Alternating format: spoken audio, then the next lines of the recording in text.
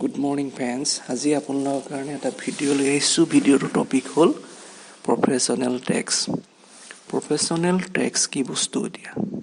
Professional tax হ'ল এক প্ৰকাৰৰ টেক্স যিটো ষ্টেট গভৰ্ণমেণ্টে তেওঁলোকৰ যিখিনি ব্যৱসায়ী প্ৰতিষ্ঠান বা প্ৰফেশ্যন থাকে তাৰ ওপৰত চাৰ্জ কৰে।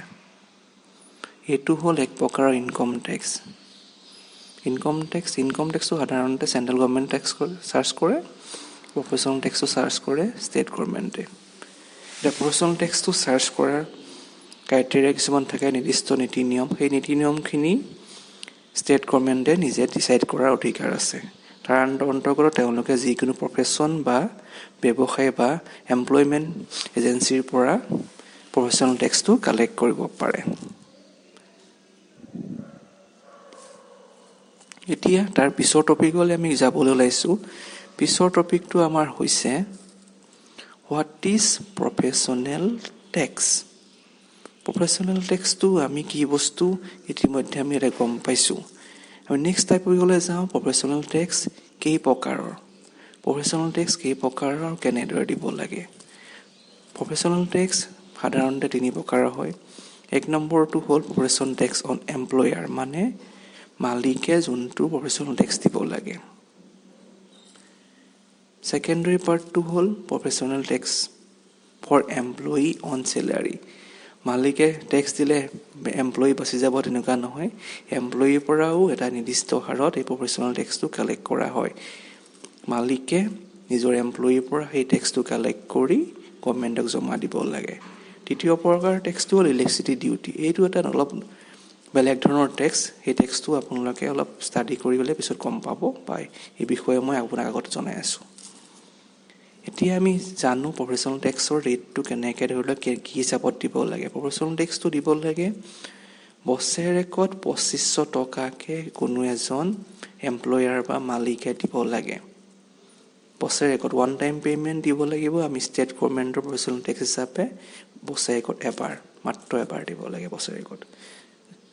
ছেকেণ্ডাৰী পাৰ্টটো হ'ল প্ৰফেশ্যনেল টেক্স অন এমপ্লয়ী। এতিয়া এমপ্লয়ীয়ে কেনেকৈ দিব লাগে প্ৰফেশ্যনেল টেক্স? প্ৰফেশ্যনেল টেক্স এমপ্লয়ীয়ে দিব লাগে তেওঁলোকৰ চেলাৰীৰ ওপৰত বেছ কৰি।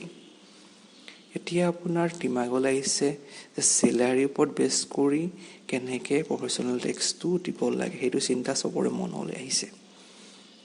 এতিয়া চাওক, প্ৰফেশ্যনেল টেক্স চেলাৰীৰ ওপৰত দিয়াৰ নীতি নিয়মখিনি কেনেধৰণৰ। যদি কোনোবা এমপ্লয়ীয়ে তেওঁৰ দৰমহা 10,000 টকালৈকে, মানে 10,000 টকালৈকে পাইছে, তেওঁ কোনো প্ৰফেশ্যনেল টেক্স দিব নালাগে বা মালিকেও কাটিব নালাগে।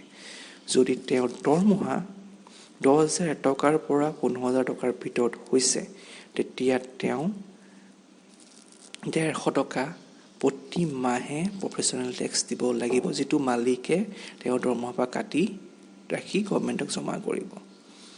ছেকেণ্ড ষ্টেপত আহিলে, যদি দৰমহাটো 15,000 টকাৰ পৰা 25,000 টকা হয়, তেতিয়া প্ৰতি মাহে 180 টকাকৈ, মানে 180 ৰুপিজকৈ পাৰ মান্থ জমা দিব লাগিব গভৰ্ণমেণ্টক। থাৰ্ড চেপ্টাৰ হ'ল 25,000 টকাৰ ওপৰত যিখিনি থাকে, সেইটো ডেট ইজ আনলিমিটেড, যিমানে নহওক লাগিলে তাৰ আগেইনষ্টত 208 টকাকৈ প্ৰফেশ্যনেল টেক্স দিব লাগিব। এইটো কম্পালচৰি ৰুল বৰ্তমান কৰি দিয়া হৈছে। এতিয়া ষ্টেট গভৰ্ণমেণ্টৰ বা চেণ্ট্ৰেল গভৰ্ণমেণ্টৰ economic condition very bad, so' এই ৰুলখিনি এতিয়া as a compulsory and mandatory কৰিছে।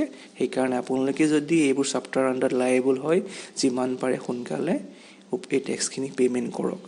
আদাৰৱাইজ ইন ফিউচাৰ যেতিয়া আপুনি এছেছমেণ্ট হ'ব, এই টেক্সৰ লগতে আপুনি ইণ্টাৰেষ্ট প্লাছ পেনাল্টিও পে' কৰিব লাগিব।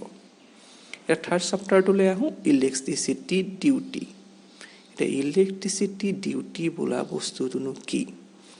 এইটো সাধাৰণতে শুনা নাযায়, যিসকলে কৰিছে তেওঁলোকে গম পায়। এইটো এটা নতুন চেপ্টাৰ।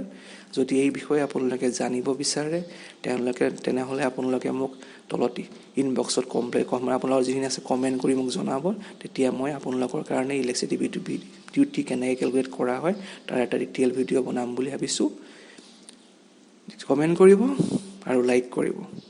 তেতিয়া আপোনালোকৰ কাৰণে ইলেক্ট্ৰিচিটি ডিউটিৰ যোনটো নেক্সট ভিডিঅ' আপোনালোকৰ কাৰণে আহি আছে। আজিলৈ ইমানে। Thank you. Have a nice day.